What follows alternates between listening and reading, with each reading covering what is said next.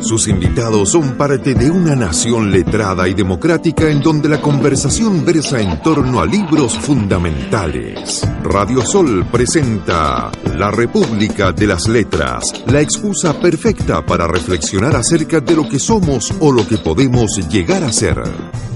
Es una invitación de Resomag, Centro de Imágenes Avanzadas. Resomag, comprometidos con su salud. Contamos con la más moderna tecnología y el mejor equipo humano. Adicionalmente, para su mayor comodidad, ponemos a su disposición nuestro portal paciente en www.resomag.cl, donde podrá visualizar sus exámenes e informes de resonancia, escáner, ecotomografías, radiografías y mamografías. Para más información, visítenos en nuestras sucursales. Comuníquese con nuestro call center 55 2 46 46 46 o ingrese a www.resomag.cl. Resomag, Centro de Imágenes Avanzadas. Tengo un minuto, me dijeron. Eso no es una demostración de poder precisamente. Me quedan 50 segundos. Bueno, escribí un libro sobre el poder y me demoré 10 años en lograr escribir algo, cuando puedo escribir libros en un mes, porque el poder es una cosa muy complicada y al mismo tiempo muy sencilla. Depende simplemente de la eficacia. Pero al mismo tiempo tiene que ver con la configuración, con la construcción de las posibilidades del quehacer del ser humano. Y eso tiene que ver no solamente con el poder, tiene que ver con la subjetividad, con la psicología, con la configuración de los grupos, con la configuración de las posibilidades de desarrollo de una vida. Esa es la historia que me interesa sobre el poder, y por eso El Padrino me parece tan fascinante como obra, porque tiene que ver con las personas. Y de alguna manera vivimos en una época en que el poder de las personas importa menos, o incluso está mal visto, que el poder del dinero y de los flujos de mercancías, que de alguna manera se lo atribuimos a personas, pero que de todas maneras, en rigor, esas atribuciones siempre se quedan cortas. Ya llevo 1 minuto 20. Esto no tiene arreglo, pero eso mismo es una buena excusa. Un abrazo a la República de las Letras de Antofagasta, el abrazo más grande del mundo, y ojalá que les haya gustado el libro.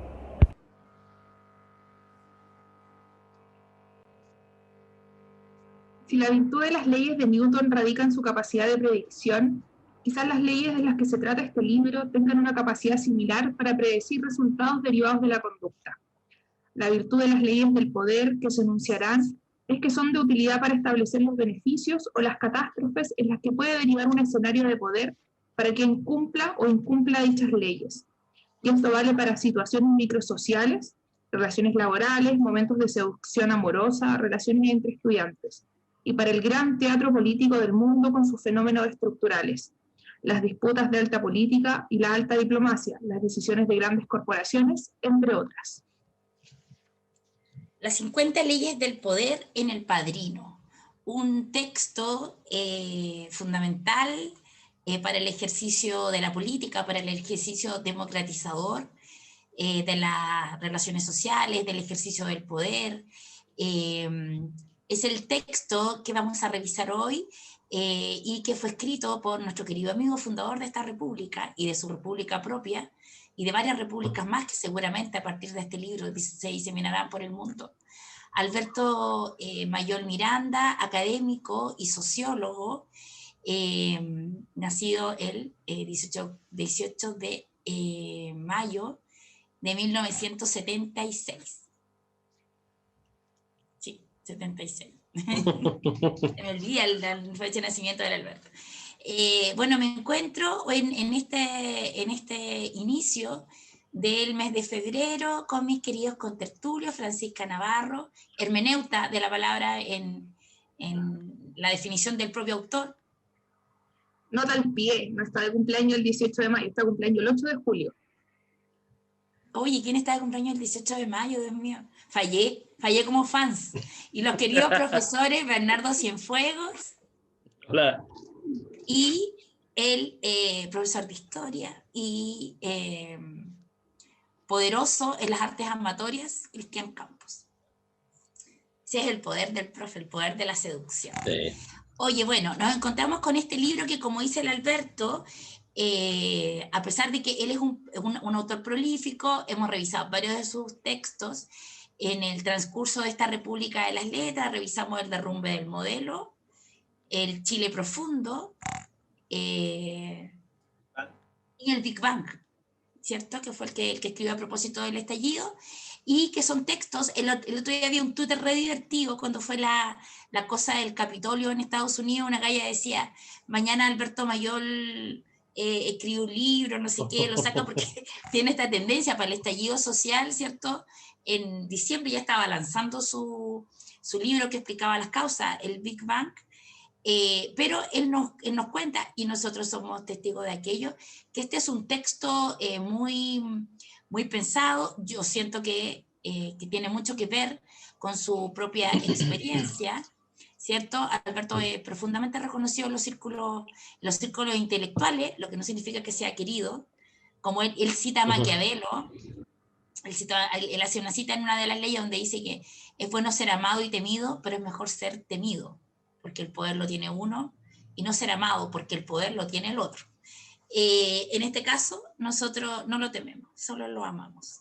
Pero yo creo que eso sí, porque a nosotros nos pasó como República, que somos amigos hace ya como 7 años del Alberto, y que previo al estallido social, donde él adquiere como toda esta connotación de que hicieron las personas que efectivamente había elaborado muy bien la tesis de la deslegitimación, legitimización del ejercicio político, la gente como que igual nos hacía como que de repente nos hacía un poco bullying, ¿se acuerdan? Claro, pero lo que sí siempre ha sido respetado. Nos encontramos con este libro que tiene 3 partes. Primero, instrucciones para cruzar el infierno, ¿cierto? Que mi primera referencia fue La Divina Comedia, que es uno de los libros preferidos del Alberto, pero luego que lo leí, lo vinculé más bien con Un viaje por el infierno de Rimbaud, siendo él Arthur Rimbaud. Y luego una primera parte, que es una súper buena introducción a la novela El Padrino, que este es donde él se agencia para hacer este análisis, lo que él llama la Constitución Política del Padrino. Y luego tenemos una segunda parte con las 50 leyes del poder. Entonces, dicho esto, abrimos los fuegos. Tiene que empezar la Fran. Uy. Sí, bueno, en realidad este libro como que rompe un poco como la línea argumentativa que había tenido Alberto en los otros libros, porque principalmente todos como que se alineaban en el estudio del malestar, ¿ya? Que empieza obviamente con el derrumbe del modelo a propósito de la exposición que él hace en la ENADE, y se hace como el cierre de este círculo cuando ya efectivamente estalla todo, con el Big Bang, que es como básicamente se viene a comprobar la tesis que le había propuesto. Y ahí me hizo mucho sentido, porque como que este libro no encajaba un poco como dentro de esa línea, que claro, fue un trabajo en paralelo de los libros que él iba sacando como periódicamente, año a año, ya incluso en el 2011 Alberto sacó 2 libros. El libro es muy fácil de leer, ¿ya? Es rápido. Sí, yo creo que por lo menos para poder entender un poco el contexto o entender más bien de lo que se está hablando, hay que haber leído el libro por una parte o haber visto las películas, ¿ya? Yo no he visto ninguna de las películas del Padrino y leí El Padrino en un mal momento de mi vida, estaba como con muy bajos niveles de concentración, entonces, sí, porque me acuerdo que fue hace como 3 años, y me costó mucho como el tema de los personajes, ¿ya? Porque en realidad, cuando yo leí El Padrino, como que no me produjo nada, entonces no era un buen momento. Entonces sí, yo creo que el prerequisito para seguir al siguiente ramo es o el libro o las películas, ¿ya? Ideal si son ambos, porque sí hay mucha como referencia a las diferencias, o sea, hay mucha referencia como a las variaciones que puede haber entre uno y otro. ¿Ya? Tengo mis leyes favoritas, pero asumo que las vamos a leer más rápido. ¿Chicos? Sí. A mí me pasó que justamente Es un libro que es muy literario y que también es muy, muy íntimo. Eso son dos cosas que yo creo que marcan mucho la lectura, porque es difícil encontrar este nivel de honestidad y de cercanía en libros que tratan temas que son de película, que tratan de cuestiones del poder. Acá hay mucho de política, también hay de filosofía, hay un montón de referencias a cuestiones, bueno, de la literatura en sí mismo. El estudio que hace de Maquiavelo es impresionante y lo hace de una manera tan sutil, tan suave que uno lo entiende todo. Y eso no es común. Yo a priori, de verdad que me lo devoré, pero justamente me pasó algo, no sé si lo mismo que te pasó a ti en algún momento con otros libros de él, que lo leí tan entretenido, tan interesado, que de repente sentía que me faltaba tiempo para detenerme y meditar y reflexionar sobre las cosas que iba diciendo, porque justamente es tan entretenido, te va contextualizando tan bien con las películas, que yo he tenido la fortuna de ver las películas y haber leído el libro, y de hecho me di la maña, por ejemplo, de recordar la escena del caballo, que en la primera parte te la deja muy marcada. Fui y coloqué la escena de la cabeza del caballo y busqué las imágenes donde salía este director de cine, donde no deja a Johnny ser el protagonista de la película, y bueno, y ahí arman todo un tema, justamente porque se siente distinto el libro. Es un libro que es muy profundo, que tiene un montón de elementos, pero la forma en que está escrito es tan amable que uno lo pasa a la rápida. Yo creo que este hay que leerlo 2 o 3 veces, por lo menos a mí parece, porque de verdad que tiene mucho, y es un estudio acerca del poder en distintos niveles. Maravilloso. Ahora sí, ponte tú, independiente de que esta segunda parte, donde ya se enumeran las leyes, está como agrupada en 4 secciones, perfectamente cada ley se puede leer de forma individual, o sea, uno puede abrir el libro y leer de repente la ley 37 y podéis después leer la 1 y tienen total sentido. Sí, yo creo que hay un esfuerzo por interpretar la realidad a partir de una teoría que nace de la ficción. Y eso es súper valorable y solo es posible por alguien que le asigna enorme valor a la literatura, en realidad. Porque de alguna forma la literatura te permite comprender el mundo, la política y las conductas humanas. Y hay un esfuerzo ahí por salirse de los cánones que ofrecen las propias ciencias sociales, y él mismo de alguna forma lo dice en el texto, que en realidad siempre ha sido un poco la línea de Alberto Mayor, pero sin perder ese rigor metodológico. Hay un esfuerzo de sistematización, de hacer el vínculo entre la causa y el efecto, y de alguna forma, como les decía, Mayor se ha caracterizado un poco por cruzar ese río, del deber ser académico, de salirse un poco del paper, de la investigación, del congreso, del cónclave, y de ir mucho más allá, y de tomar, de sistematizar, de organizar, y de convertir en leyes algo que es sumamente amorfo, que es sumamente complejo, pero a la vez simple, como es el poder. Oye, es muy interesante lo que dices, Cristian. Yo también tenía un pequeño texto de su viaje por el infierno. Dice, un opus que enseña a construir el poder al que no lo tiene. Pero esto no es solo una historia sobre la mafia, no es solo una historia del crimen. Esto es una historia que enseña que el poder importa. Y es súper bonito, porque yo sé que tenemos que ir al tema de Bernardo, que eres nuestro Beatriz en el tiempo, pero sabes que hay uno de los autores preferidos del Alberto, que es Jorge Luis Borges, debe ser de las personas que nosotros conocemos que más entiende a Borges. Él tiene un cuento que se llama Pierre Menard, o la historia del Quijote, que trata de un autor que quiere escribir la historia del Quijote de la Mancha, pero en las mismas palabras que las escribió Cervantes. Entonces lo que hace es ponerse en la piel y empieza a vivir la vida de Miguel de Cervantes con el fin de escribir el Quijote. Y yo tengo la sensación de que también hay un paralelo entre este hermoso cuento de Borges y el ejercicio que hace acá el Alberto. Y él lo deja claro. A mí me gustó, una de las cosas que me encantó fue este vínculo que él hace entre la ficción y la importancia de leer desde la ficción, ¿cierto? Pero también está, y los que lo conocemos bien, reconocíamos muchos de los pasajes que él contaba como pasajes de su propia vida. Yo eso lo encuentro fantástico. Oye, espérame ya, ahora sí, antes de ir al tema.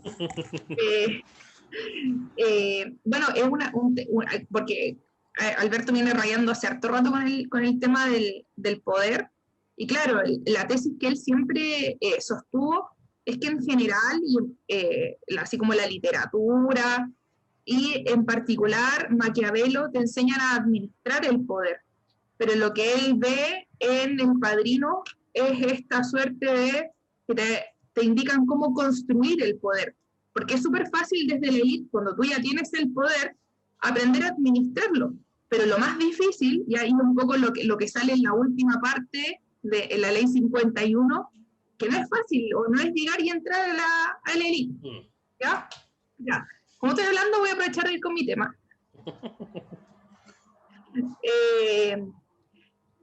Bueno, elegí el tema por 3 razones. Principalmente porque sé que a este cantante Alberto le gusta mucho.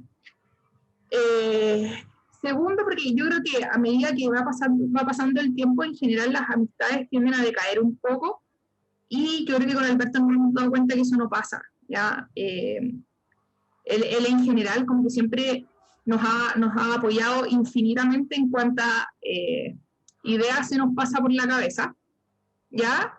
Y bueno, eso va por el nombre del tema. Y tercero, porque el tema comienza diciendo: he visto entre los árboles tu pelo que jugaba con el viento. Así que vamos con Diango y Corazón Mágico.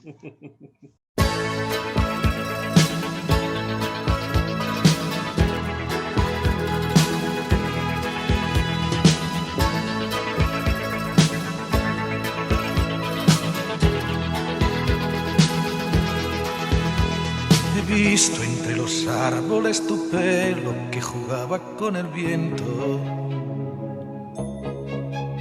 De pronto un sentimiento se apodera de mi mente y eres tú. El sol se ha levantado por levante y el mar te está mirando desde el sur. Te miro y de repente el horizonte es tan distante como tú.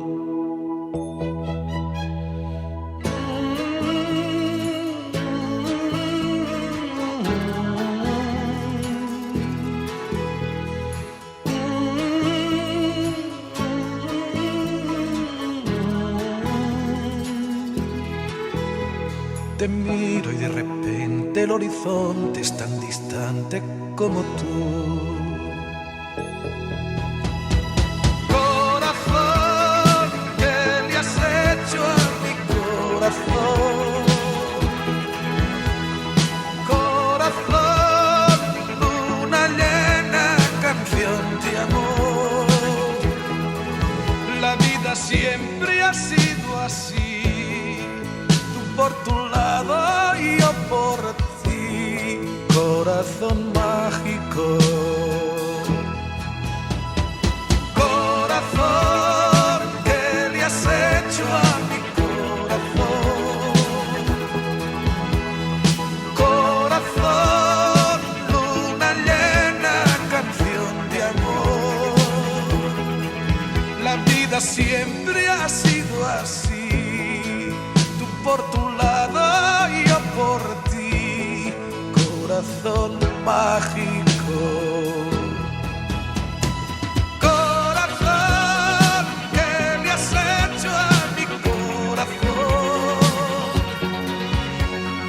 Corazón, luna llena, canción de amor. La vida siempre ha sido así, tú por tu lado y yo por ti, corazón mágico.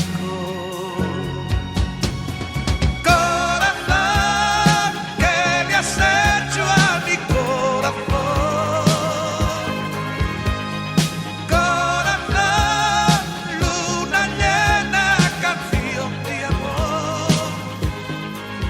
La vida siempre ha sido así, tú por tu lado y yo por ti, corazón mágico. se llaman leyes?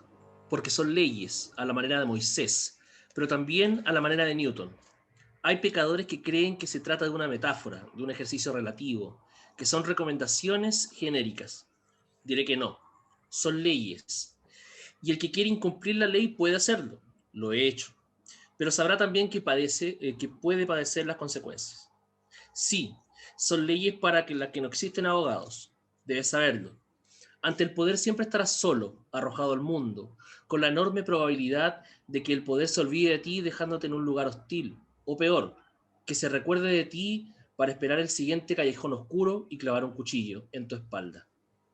El poder es el único veleidoso que siempre triunfa. No es poco. Las 50 leyes del poder en El Padrino, del sociólogo y académico Alberto Mayol, es el texto que revisamos esta noche en la República de las Letras de Antofagasta, en cuarentenado en fase 1, bueno, hay sectores de la ciudad en fase 5, pero en general en fase 1, y bueno, partir diciendo, todavía en el viaje por el infierno, el fragmento que leía el Bernardo, nos contaba un poco por qué eran leyes, como decía también el Cristian en el bloque anterior, el Alberto se preocupó de sistematizar estas leyes, y tenemos entonces en esta segunda parte donde ya entramos a estas 50 leyes del poder, 50 leyes más, las 50 bis, donde él, ¿cierto?, las agrupa en decisiones y negociaciones, vicios y virtudes del gobernante, el poder es más grande que tú, y una cuestión que siempre nos decía el Alberto, una cuestión recurrente en él, el poder importa. A mí me pareció, antes de que vamos y le empezamos a picar ya cada uno a las leyes que le parecieron como más interesantes de comentar en este espacio que es relativamente breve, lo primero que tengo que decir es que yo me puse el año 1971 hubo un debate que fue televisado entre Noam Chomsky y mi marido muerto Michel Foucault, donde el tema era la justicia y la subjetividad del poder, y que curiosamente lo que hacían era un análisis del poder y cómo, ¿cierto?, cómo efectivamente, bueno, con todas estas teorías de micropolítica, que Foucault, yo conversé hoy día a la tarde con el Alberto y le decía porque me decía, bueno, o sea, que yo sentía que se acercaba mucho más a Foucault. Hay y estos dos importantes teóricos del poder del siglo XX, se ponían cada uno en un lugar distinto. Para Noam Chomsky, el poder era algo negativo, es decir, se aplicaba en virtud de un contrato social o de este orden que debe resguardarse en virtud de su legitimidad, ¿cierto?, a personas que habían suscrito un contrato, un poco la idea de Rousseau. Y la idea innovadora de Michel Foucault es que Michel Foucault ve más bien el poder como algo positivo, es decir, lo que dice Foucault es que el poder produce sujetos. No es que el poder se imponga sobre sujetos que ya están construidos, que existiría cierta naturaleza humana, sino que lo que hace es que a partir del poder, el poder es quien construye sujetos. Y ahí es cuando hace los estudios y hace todo el análisis de estos dispositivos que serían la cárcel, la escuela, los psiquiátricos, las fábricas, ¿cierto? Y dice que como en el ejercicio del poder nos construimos como sujetos. Yo encuentro que claramente el ejercicio de este libro es mostrarnos que justamente cómo a través de una verdadera democratización, si cada persona es capaz de darse cuenta de que hay ciertos poderes que ejerce desde la familia, que hay una ley, incluso parece que la ley que habla del ejercicio del poder de modo monolítico, lo vincula con este Vito Corleone y su ejercicio en el poder incluso del círculo más íntimo. Es un poco y desde ahí se hace súper importante esto de que el poder importa, porque lo que ha pasado en nuestra sociedad es que en virtud de sacarle cualquier rasgo de politicidad o de ideologización a la vida privada y también a la vida pública, lo que hace es que el poder haya quedado durante largo tiempo, ¿cierto?, radicado solamente en la élite, y no, ¿cierto?, que son quienes dictan las leyes, quienes crean el orden social, y la gente no tenga conciencia de que el poder, en definitiva, lo importante del poder, en todo el libro, no hace una definición del poder el Alberto. No existe ninguna definición de poder, que es lo mismo que dice Foucault. Foucault dice que el poder uno no lo puede definir, sino que el poder se ejerce, más bien. A mí de eso me parece muy apasionante, porque esto es un verdadero guía de cómo en lo cotidiano uno hace ejercicios, pequeños ejercicios de poder. Sí, antes que se me vaya la idea, esa primera parte que leí el Bernardo, de alguna forma es un ejercicio de sinceramiento de Alberto Mayor, en el sentido de que hay una exposición ahí de un espacio íntimo, en el sentido de este tránsito que él hace de la reflexión académica a la acción política, y todas las vivencias que eso de alguna forma va generando, vencer la timidez, los dolores de guata, y cómo estas leyes de alguna forma le permitieron y cruzar el infierno y salir vivo, o salir medianamente, digamos, parado de toda esa situación que él vivió. Pero ese ejercicio de sinceramiento también hace, digamos, que el poder sea empatizable.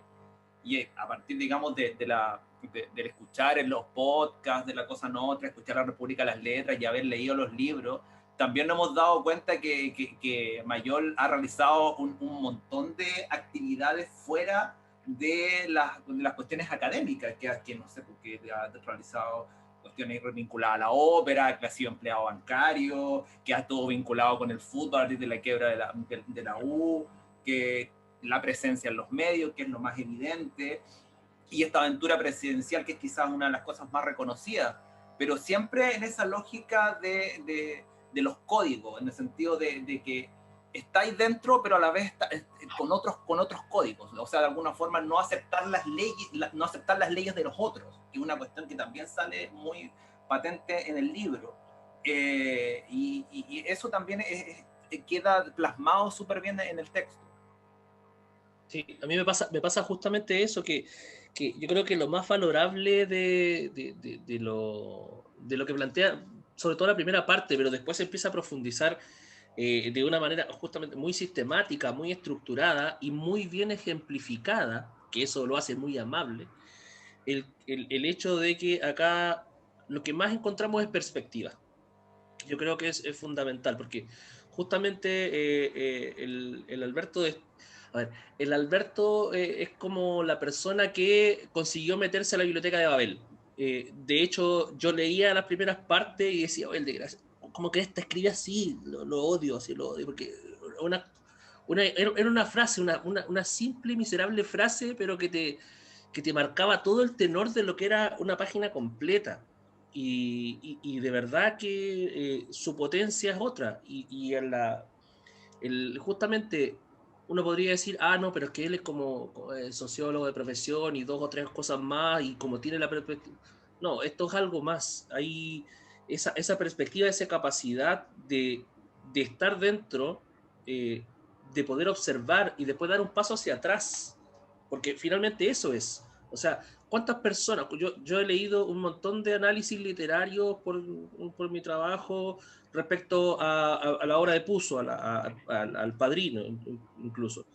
Pero haberse metido a este nivel, en este sustrato, y haberse dado el tiempo de dar el paso atrás para ver toda la perspectiva de lo que implicaba una obra literaria, y además después vincularla con el trabajo que hizo con Coppola en el cine, no es menor.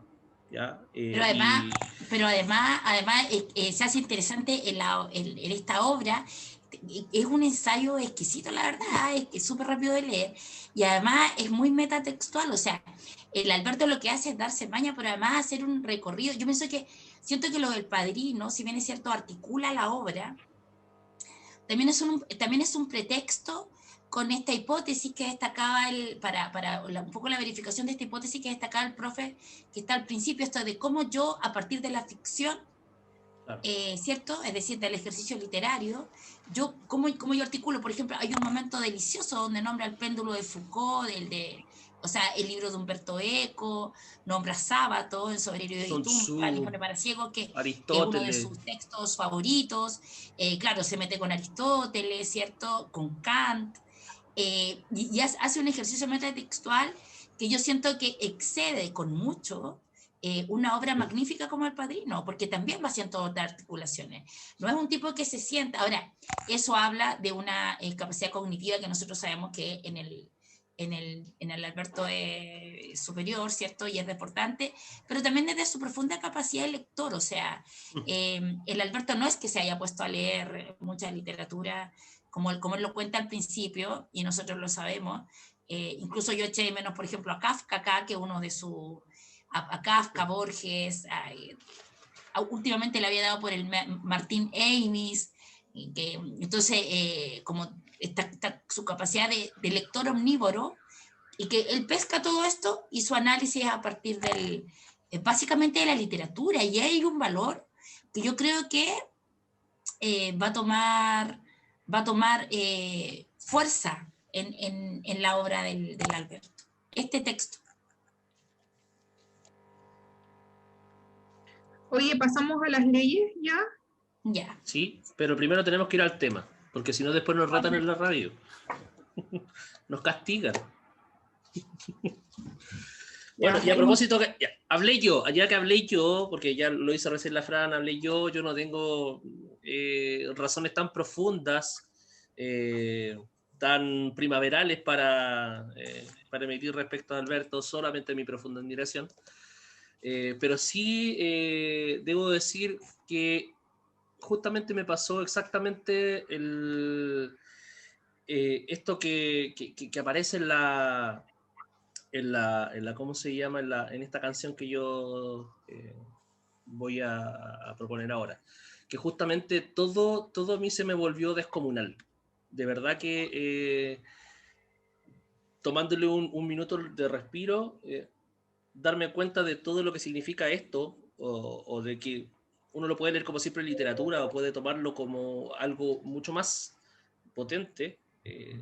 Uno no se da cuenta de todas las redes que se están tejiendo, de cómo funcionan muchas cosas. Se nos pasan por encima, y de verdad que es impresionante. A propósito de eso, nos vamos con Lucha de Gigantes de Nacha Pop.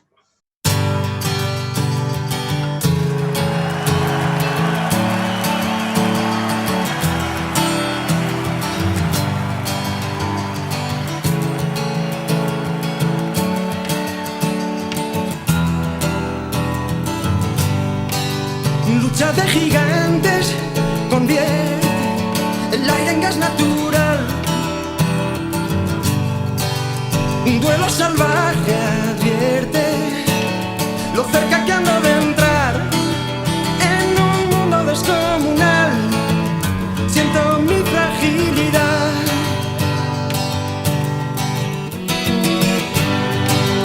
Vaya pesadilla, corriendo con una bestia detrás. Dime que es mentira todo, un sueño tonto y no más. Me da miedo la enormidad, donde nadie oye mi voz. Deja de engañar, no quieras ocultar que has pasado sin tropezar. Monstruo de papel, no sé contra quién voy. ¿O es que acaso hay alguien más aquí? Creo en los fantasmas terribles de algún extraño lugar, y en mis tonterías para hacer tu risa estallar.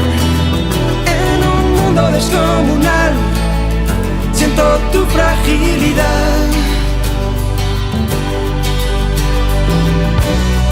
Deja de engañar, no quieras ocultar que has pasado sin tropezar. No.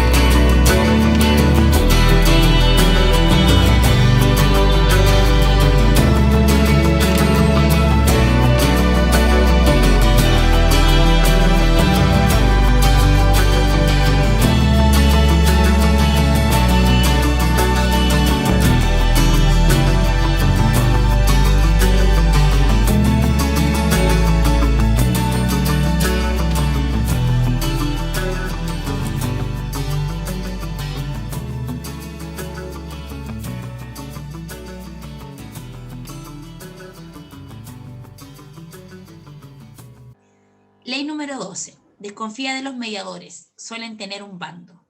Esta ley es simple. Todos sabemos que no existe la gente neutra. Eso no significa que toda persona en un rol de presunta neutralidad no intente serlo, pero sí significa que la probabilidad de lograrlo es muy baja y que bajo determinadas condiciones existe la opción de que el sujeto neutro esté con uno de los lados de la negociación.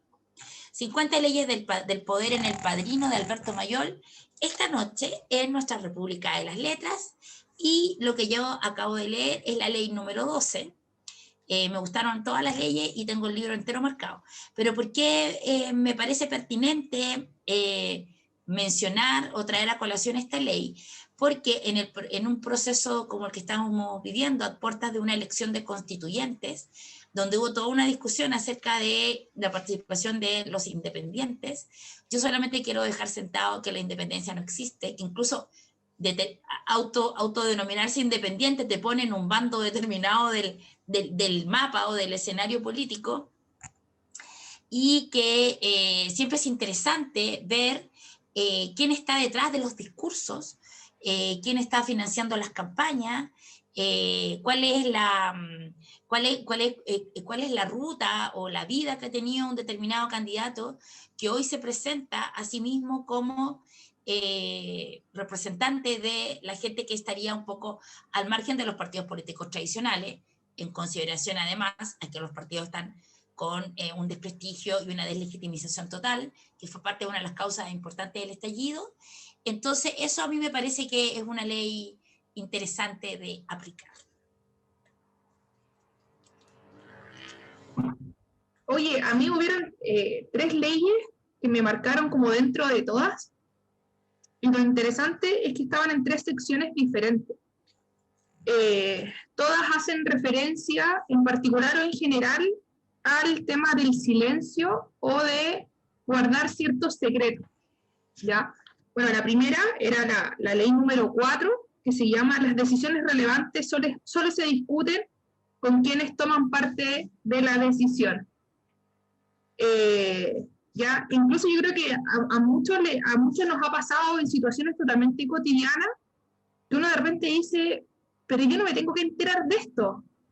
Entonces, porque, y es algo que Alberto desarrolla después en la ley número 38, que cultiva el secreto y el poder que será estable, donde toma la sociedad de la transparencia de Byung-Chul Han.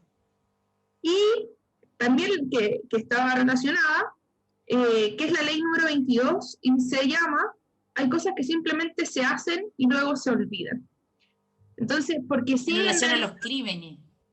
Claro, porque nosotros vivimos en una sociedad donde todo se hace público, ¿ya? Incluso en una de esas 3 leyes, que si mal no recuerdo es la 22, cuenta esta anécdota de que en las reuniones de los partidos políticos como que se acuerdan secretos y son los mismos involucrados que les llaman a la prensa para contarlo. Ya viendo así como, ahí de manera obviamente mucho más sofisticada, pero Alberto dice, así como, o son tontos o son estúpidos, o sea, perdón, o son, no son tontos o son estúpidos, o son profundamente ingenuos en esto de creer que la prensa son sus aliados. Entonces, esas 3 cosas, y tomando en consideración la carencia como de secretos que hay en la vida pública y cotidiana, me parecieron totalmente interesantes.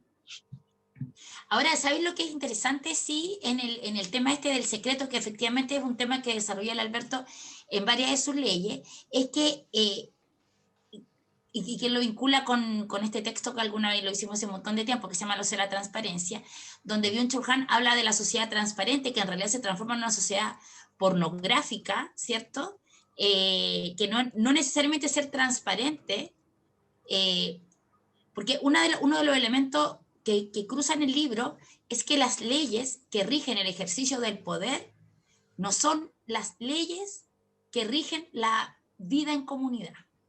¿Te fijas? Son otras leyes, es otro modo de actuar. Y en eso se vincula muy bien con el Padrino, también cuando habla de la cosa nostra, cuando dice, son nuestras razones, es nuestra moral, ¿cierto? Pero hay una cuestión interesante, porque si bien es cierto, se guardan no se guardan los secretos que son importantes y filtran muchas cosas y parece esta cosa muy pornográfica, no sé, del concejal, hay un concejal actual, por ejemplo, que va y se ayuda en las ollas comunes y se saca fotos en las ollas comunes y eso es muy pornográfico, te fijas, porque dan ganas de ponerle, bueno, con tu deber nomás cumple, eres un líder político, bueno, en fin.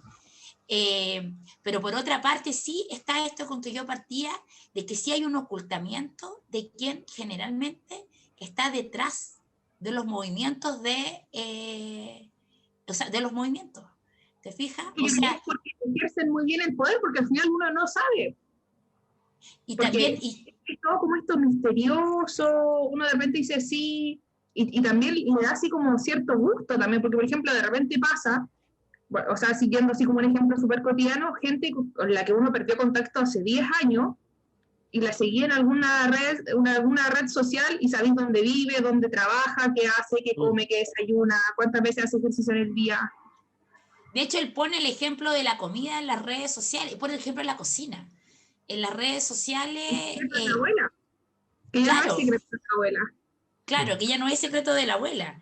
Sí, pero sí, es interesante, pero yo creo que ahí hay como una dualidad. Porque de pronto se releva, bueno, y hay una ley que habla de la eficacia y la eficiencia, ¿cierto? Y hay gente, claro, en el ejercicio del poder, lo que pasa es que hay que ver ahí, siempre es importante quién está ejerciendo el poder. O sea, ¿es este mediador que me está hablando a mí? ¿O es este otro que está detrás? Nosotros lo vemos, por ejemplo, sin ir más lejos, en el caso de la diputada por nuestra región, que es la Catalina Pérez. ¿Te fijas? O sea, ahí hay un discurso, ¿cierto? Y ella siempre está, no sé, mostrando así como que está cansada, está confinada, está esto.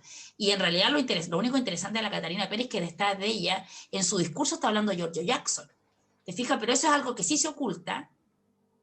Y no se oculta esto de como de la cotidianidad, que eso constituye esta pornografía que lo cita acá el álbum.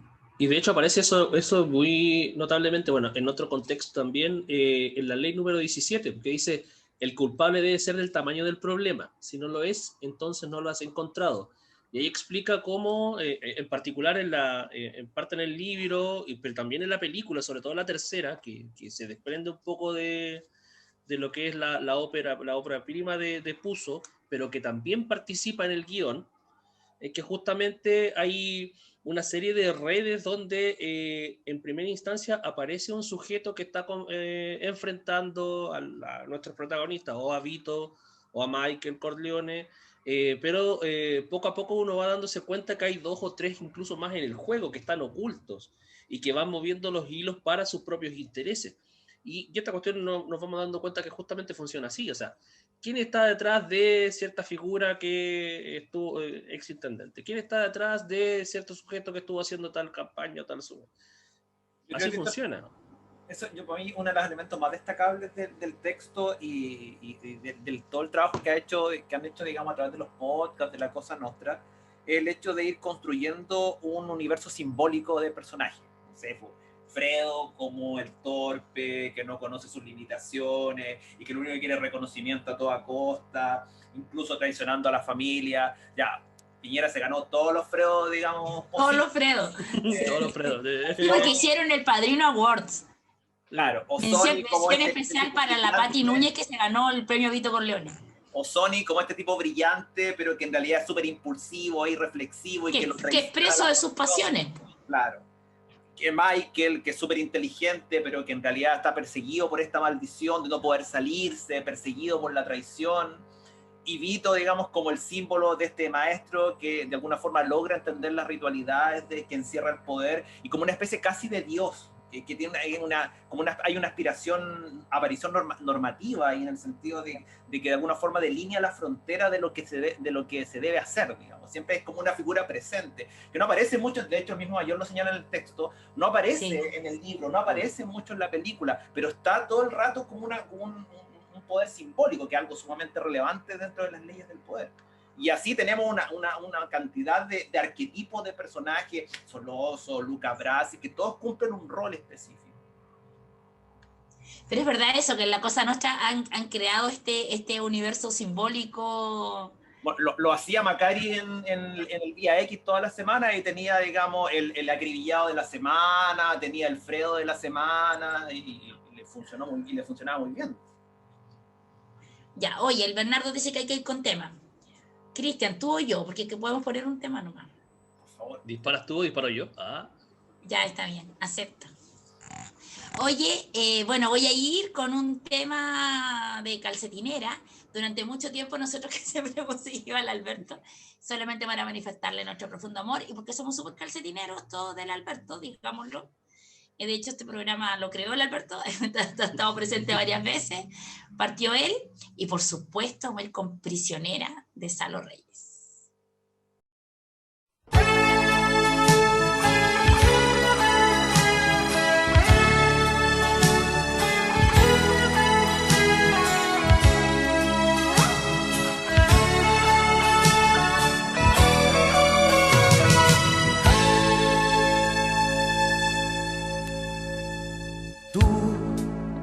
Prisionera de mi corazón, vivirás 100 años este amor, atada a mis besos, diciendo te quiero.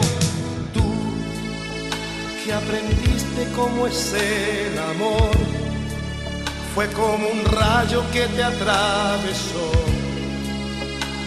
y tu alma desnuda me pide ternura, y yo que estoy en pie de guerra amándote, yo soy el que te hizo tan mujer, el que ocupó tu tiempo a puro sentimiento, yo que soy un huracán sobre tu amor, un loco tras tus pasos, ahora soy que te quita el sueño, quien solo es tu dueño.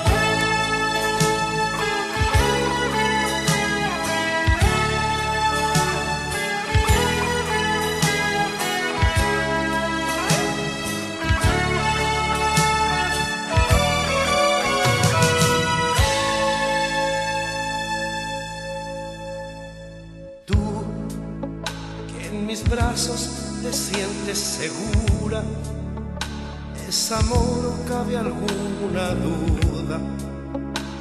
Un dulce veneno que corre en tu cuerpo, y tú que conmigo te sobra coraje, que me gritas te amo en la calle, me das tantas cosas, todas las cosas, y yo estoy en pie de guerra amándote, yo soy el que te hizo tan mujer, el que ocupó tu tiempo a puro sentimiento, yo que soy un huracán sobre tu amor, un loco tras tus pasos, ahora soy el que te quita el sueño. Ley número 29. Quien perdona una traición siempre estará en peligro. El traidor siempre vuelve al lugar del crimen, pero no por rito o angustia, sino simplemente para traicionar de nuevo. La traición es un gran recurso que puede pagar muy bien. Sin embargo, los imprudentes recurren a ella sin pudor y sin reflexión, una y otra vez porque parece darles un poder especial. El que ha confiado parece un estúpido al lado de quien lo ha traicionado. Lo cierto es que el traidor no podrá escapar a las consecuencias de su propia acción. Perdonar su grave acción es un error porque si ni siquiera el mismo traidor quiere perdón, quizás ni siquiera lo soportaría. El favor de perdonar es tan grande que no puede ser devuelto. El traidor perdonado pierde el poder que ganó y pasa a ser un hombre avergonzado. El traidor que pide perdón no desea verdaderamente el salvataje de su alma. Quizás lo necesita, pero no lo desea. Solo acumulará fuerzas para volver a cometer la traición. 50 leyes del poder en El Padrino, libro editado y publicado hace un mes por Catalonia. Una vez más se repitió, por primera vez repitió... No, es el tercero que saca por Catalonia. Sacó el Big Bang. Y el del Frente Amplio. Y el del Frente Amplio. O sea, las tres últimas han sido Catalonia. Oye, Bueno, para como es una pequeña mención nomás, que está lleno de referencias sutiles. Empieza el texto y a uno lo primero que se le viene a la cabeza es Lugar Común de Oscar Jani. Me gusta mucho esta ley porque de alguna forma rompe con esta tradición judío-cristiana de poner la otra mejilla, del hijo pródigo, y que en realidad en las leyes, digamos, de la mafia, lo más importante es la cohesión de la familia, que simbolizan esto de la libertad.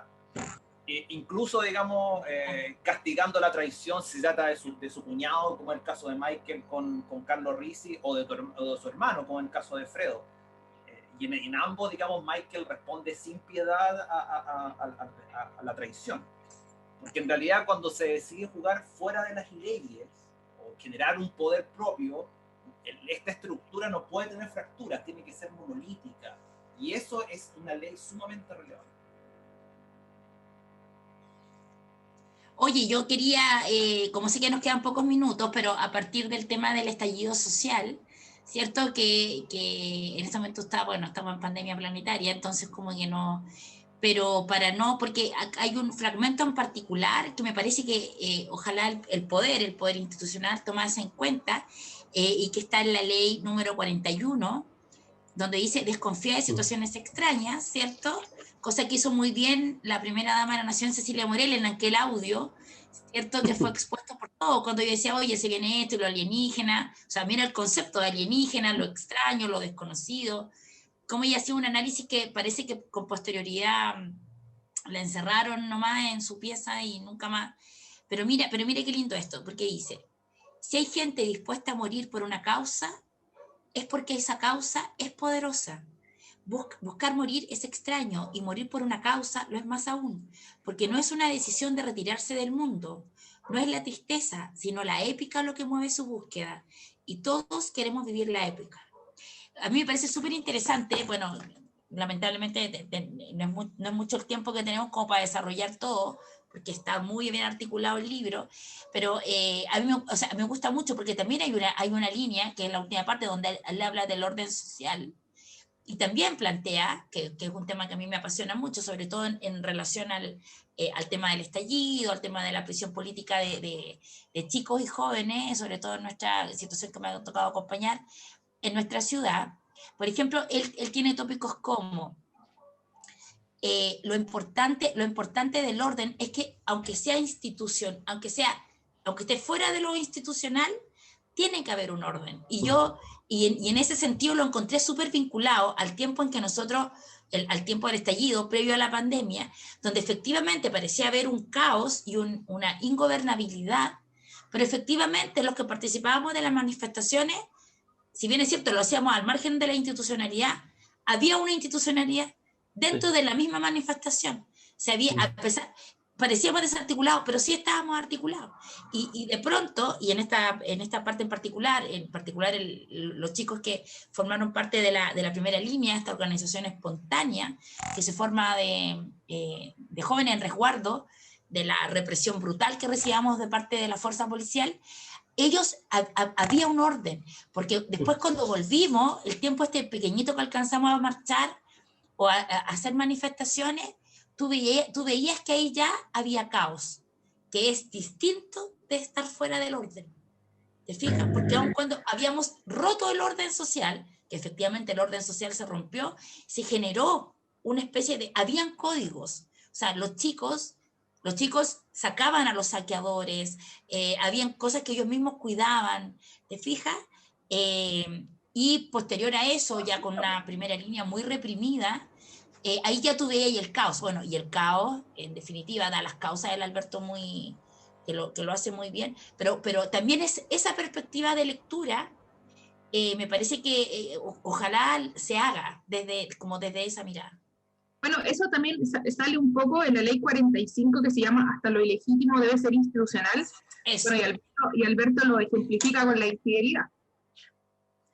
Con la infidelidad que es claro, porque él lo ve, pero lo hace maravillosamente, que es el caso de Santi, que incluso cuando Santi fallece, él y estando Vito Corleone siendo un gran defensor de la familia, un tipo que profesa una fe, pero él aún así cuida a la amante de Santi, y él acepta a la amante de Santi en la obra. Yo no he visto las películas, solamente me leí un libro, es porque era la única amante, no estaba esta liberalidad que tenía Fredo. No, y la había comprado así como un edificio que estaba con seguridad privada. Claro, era parte de la familia.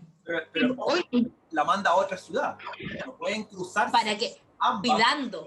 Muy fea, entonces la manda a vivir a otra ciudad bien pagada, con todo, pero no pueden cruzarse en la cotidianidad. Lucy se llama la amante de Santi, ¿cierto? Que sale maravillosamente en la primera parte, cuando en plena boda de la hermana se van por ahí. No, una cuestión maravillosa. Ya, últimas consideraciones porque el Bernardo me está gritando. Yo solamente quiero hacer mención a la ley número 5, ya, que dice que si hay que elegir entre la eficacia y la eficiencia de una decisión, elige la eficacia. Y en realidad lo toma un poco en el segundo párrafo, ya, porque una de las grandes banderas del modelo neoliberal es que tanto las instituciones como las personas tienen que ser profundamente eficientes, ¿ya? Y por ejemplo, en una parte dice, muy probablemente la eficiencia es un valor de época, como si no mirásemos la naturaleza, nos preocupamos más de hacer gastando poco que de la importancia de lograr lo necesario. Un árbol produce miles de flores para producir cientos de frutos, de los cuales solo unas pocas decenas llegarán a ser apetitosos. Imagino una proporción así a punta de haber tenido durazneros en mi casa de niño. Nadie puede pararse frente al árbol, esto es lo importante, y decirle que es poco eficiente porque genera muchas flores que no llegan a ser frutos. Nuestra historia con Mayor. Es un poeta. ¿Es un poeta? Ah, no, él dice que nada. Chicos, Cristian, ¿qué te pareció a ti? Sí, yo siento que... En general... que en tiempos de banalización del concepto del poder, donde en realidad lo mismo señala, digamos, que vivimos de espaldas a Dios, y que de alguna forma se le ha visto el poder como algo negativo, hay aquí, digamos, un esfuerzo por ritualizar, por sacralizar la figura del poder, hasta con un dejo de nostalgia en el texto, digamos. La gran pregunta que me surge es si esta concepción del poder de alguna forma está muriendo, esta concepción más digamos, más vertical del poder está muriendo, porque hay autores que plantean eso y plantean el tema de las redes sociales, de la casa de vidrio, en fin, digamos, como la exposición absoluta, y por tanto esta concepción de lo secreto y toda esta figura que se construye acá se está perdiendo. Hay otros que lo plantean, digamos, una clave mucho más social, como el caso, no sé, de Gabriel Salazar, en el sentido del poder popular constituyente. Entonces, es interesante ahí, digamos, estas visiones respecto al concepto del poder. Sí, yo para terminar solamente quería cerrar justamente con la primera ley, que muchas veces que se confunde con esto de ser resiliente, de buscar siempre alternativa, que se presta para todos los discursos y se utiliza bien y mal. Pero creo que justamente en esto del poder uno tendría que darle otra vuelta de tuerca. Y me gusta mucho la mirada que lo plantea el Alberto. La primera ley dice, todas las situaciones, condiciones y vicisitudes pueden ser una oportunidad. Y por ello, cada circunstancia y lugar debe ser estudiado en detalle. Muchas veces como cuando a uno le pasan cosas, uno dice, ya, bueno, ya sigamos para adelante. Así, no, para adelante, ya, no, si está todo bien, pucha, las cosas pasan por algo. Pero se queda en eso, pues se queda en ese discurso así como, ya, buena onda, pucha, qué pena, pero sigamos. Pero no estudia el contexto, no ve las razones, no analiza el detalle, hace una vinculación con el tema del análisis o el estudio del territorio que plantea Sun Tzu en su obra. Y yo lo encontré notable, porque justamente te lleva a un espacio que uno no está acostumbrado, y en general te llevan a no acostumbrarte, a decir, bueno, si te pasó algo malo ya no importa, sigamos adelante, pero ni se estudian las causas, ni se analiza por qué, esto en el general, porque hay otros que sí lo hacen, porque están programados para eso, porque siguieron más allá de los 12 juegos, como dicen los prisioneros. O sea, tienen otras herramientas, tienen otro espacio. En general a ti te dicen, escucha, te pasó algo malo, se te quemó en la casa, hubo un accidente, lamentablemente la vida es así, ya, acéptalo, sigue adelante, no hay más que hacer. Es un muy buen e interesante mensaje. ¿Ani? No, eso, en realidad, yo creo que independiente, el Alberto podría escribir un bodrio de libros, nosotros igual lo amaríamos. Pero no, me gustó un poco el juego que hace con el poder escribiendo este libro en paralelo mientras desarrollaba toda la temática del malestar, ¿ya? Sí, resiento como haber carecido un poco del contexto tanto de la novela como de las películas. Yo creo que si hago eso y después vuelvo a leer el libro va a tener mucho más sentido en algunas partes. Pero eso. Ya, yo quiero cerrar el programa con mi parte preferida del libro. La historia de mi vida es simple. Por muchos años el silencio fue mi leal compañero. Literalmente casi no hablaba, era tímido y reservado a la vez. Desde los 8 años asumí que sería académico. Veía edificios universitarios y lo sentía a mi casa. Leía muchísimo, incluso cosas que no entendía lo más mínimo. Tomaba el metro desde mi casa a la periferia de la ciudad y gastaba mi poco dinero en librerías del centro de Santiago. No creo equivocarme si digo que nunca fui a una fiesta siendo adolescente. No tomé alcohol hasta los 25 años. No tenía habilidades sociales, y aunque ahora tengo pocas, la verdad es que he mejorado muchísimo. En pocas palabras, soy lo que se llama un nerd. Tiendo a creer que ese concepto no me abarca, pero no tengo alternativa. Es lo que me resume mejor. Debo decir, eso sí, que nunca fui muy obediente. Leía lo que me apetecía, no aceptaba una intromisión intelectual y me enfrentaba a los profesores cuando era el caso. Tenía una cierta dosis de rebeldía, pero nunca fui disruptivo. Cosa que no es cierta, porque como surge en escena, siento el chico rebelde de la ENADE. No lo olvidaremos, porque lo conocemos bien y lo amamos con el alma completa. Ya, muchas gracias por acompañarnos. El texto, fantástico, les va a servir, es una guía, es un poco de autoayuda, lo que sea, lo tenemos todo autografiado, el club de lectura completo lo tuve autografiado porque él tuvo la bondad de mandarnos autografiado a todos. A mí me parece que, bueno, a mí me encantó, yo solamente me había leído el libro, pero además soy gran fanática de la Cosa Nostra. Lo pueden encontrar además en nuestro nuevo emprendimiento con la Fran que se llama Noveno Reino. Y esta ha sido la República de las Letras. Muy buenas noches. Buenas noches. Oh.